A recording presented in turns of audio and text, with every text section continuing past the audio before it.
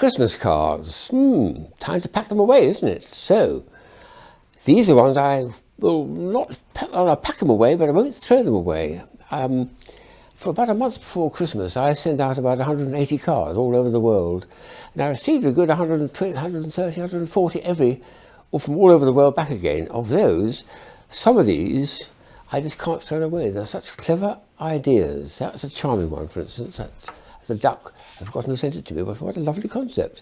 And it's a sort of pop-up one, and there's two other pop-up ones I received over Christmas. And also, there's another one I'm going to show you, which a friend of mine's lent me. This is delightful. Look at this. It's lots and lots of detail in a sort of Christmas scene in that. There's an interior of a lantern, and there's a person putting a Christmas tree up, but it must be in the wood there because there's a stag or the reindeer admiring it as it does it. But of course it's flat, it goes completely flat in the envelope, and then it opens up into a three-dimensional thing to delight people when they open up the envelope. Another one here which is equally clever. Again, it starts completely flat and it opens up to a windmill which has got lots and lots of Santa themes associated. Santa Claus, in fact, is in the windmill there, and the blades even turn around of the windmill, turning around as if there's gears working and so on. Very nice. There's a Santa in the workshop, in fact. He's in the mill making his toys for Christmas time. So, a beautiful one. And another pop-up one I received is this one here, which came out of the envelope and then immediately popped open. So, pop, and it does one of those.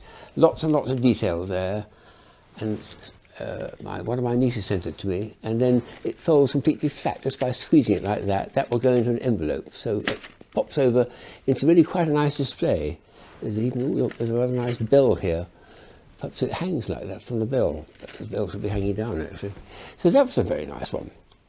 One of the most outstanding ones I received is one which includes an optical illusion which I wasn't aware of. And this came from people down at Bristol University who were associated with Richard Gregory, who was much missed and was a very, very fine philosopher and physicist who popularised and started the exploratories in Bristol, which I attended. This is something that was noticed by Sugihara, the wonderful professor in Japan who makes some marvellous things. He noticed that when you looked at things in mirrors, if it was a flat object, it behaved one way. If it was a real three-dimensional object, it behaved another way. So here we've got something that looks to the eye like two Father Christmases, both flat, of course, because it's a flat bit of paper. But one is representing a little, as it were, three-dimensional Father Christmas. It's a little tin one which is nestling with inside him is another Father Christmas and so on, but it's a three-dimensional object. The other one is representing a little bit of flat paper with the Father Christmas, the same thing but printed on the page. And look how the mirror detects the difference between them, whereas the eye looking at these, looking down, might be deceived and thinking they were looking at the same thing. They make the Father Christmas, which is flat on a page, if it's well drawn, look quite three-dimensional, but the mirror doesn't lie. So, and there's some marvellous ones here which is all part of the card to explain this extraordinary thing that the mirror, they say, lies, but it doesn't. In fact, the mirror does the opposite. It tells the truth. It tells something that your eye wouldn't have perceived. And I was amazed to see that. I must try and get my Father Christmases and see if I can get that effect. And also the book effect, where the book changes its orientation when you look at it in the mirror. It looks standing up, or when it's folded half folded with its pages out in the other way. So a very fine optical effect noticed by Sugihara in Japan and suddenly brought to everyone's attention. There's an American chap I've known for many years who sent me a charming set of Christmas cards plus other things, all with cylindrical anamorphism. And I'll just show the two of them, which are nice and Christmassy. There's that one there, which I'll bring up to the camera. It's a little bit of mirror paper here, which I made into a cylinder when you put it in the right spot. Actually, I'll show you this one as well, because it actually wishes you Merry Christmas, which is what the theme was, so that was nice. But I think the most extravagant one I've ever seen, which is inside, in here, is this one here from Istvan Orots, of a picture that looks vaguely like a sort of a real normal picture. It's a sort of scene in somewhere in Antarctica with a wrecked ship and some explorers here. But look at this, when you put a cylinder in front of it, suddenly, out of nowhere, appears a well-known figure of Jules Verne. I think the actual picture itself depicts one of his stories of Jules Verne. So that's a wonderful creation of the ability of Istvan Orots from Hungary, I've met 2 or 3 times, who's able to make a thing look like an ordinary picture, but suddenly, very well disguised, it's actually anamorphic, cylindrical anamorphic one. So that's definitely something to be kept, I think.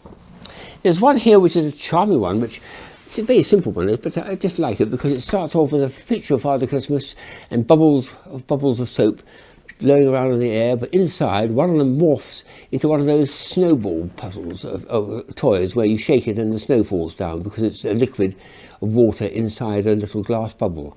And I like the idea of it transforming from one thing to the other, so that's going to be kept, I think. There's a bit of black humour, if you like dark humour. They say in America this is one of the most popular ones there is. It's a bit dark, I'm afraid, but have a little read and you'll see why it's not the most Christmassy of themes, but it creates a wry smile from people. And another one from an Italian lady, or lady who lives in Italy, is this one here. She's Anna Moffat, actually, who's from Hungary originally. She includes this bizarre-looking thing, which is a piece of plastic, which is like a dog. It's actually made of one of those bendable plastics and things, and she encases it in a very nice little Christmas card as well, which she put some effort into making things. So a beautiful job there, and something I definitely want to keep because I love her work. She's adapted it. Another friend of mine here who runs the Science Festival, Richard Robinson in Brighton, has made a superb one. I think this has to go to the top for mechanical performances. It's one of those things which is called a flexagon, and it shows the 12 days of Christmas, starting off with day 1, which is on the first day of Christmas, a partridge in a pear tree, and then by flexing it, you can get all the way up to 14. There's some golden ring somewhere or other. I've got to just do a bit of flexing and see if I can make it do something else. Let's have a go. Let's flex, flex, flex. Oh yes, look, we've got 3 French hens there. Oh, and the back before that, you've got 2 turtle doves. Well, you've got the idea, and eventually with flexing, you eventually, oh, there's the 5 golden rings. That's what's halfway, so I'll stop there. But it goes all the way up to 12 drummers drumming, and all by flexing it. So okay, it's something to keep and treasure, because it's all been designed and drawn probably by him, and I'm much fuller of admiration for his inventiveness. And the last one is sent by a friend of mine who runs the Origami Society, Mick Guy, up in Birmingham, and he sent me a charming idea for a Christmas card, which is one of these, and he makes things of origami of a puzzle where you have to put this together to be able to form squares. You've got to form something with 2 squares and 4 squares, and I'm still practicing with some of my moves to see if I can actually make it perform better, because I find some of these things leave me a little bit baffled and confused. So I'll just have a quick go and see if I can make something like what they intended to be. That's going to be on the outside over there, and that's going to be outside over there, and that's going to be outside over. And there should be a way which you can make squares appear, and then a square appears in the middle, I think it is. It's something very close to that, but not quite that one. There we are.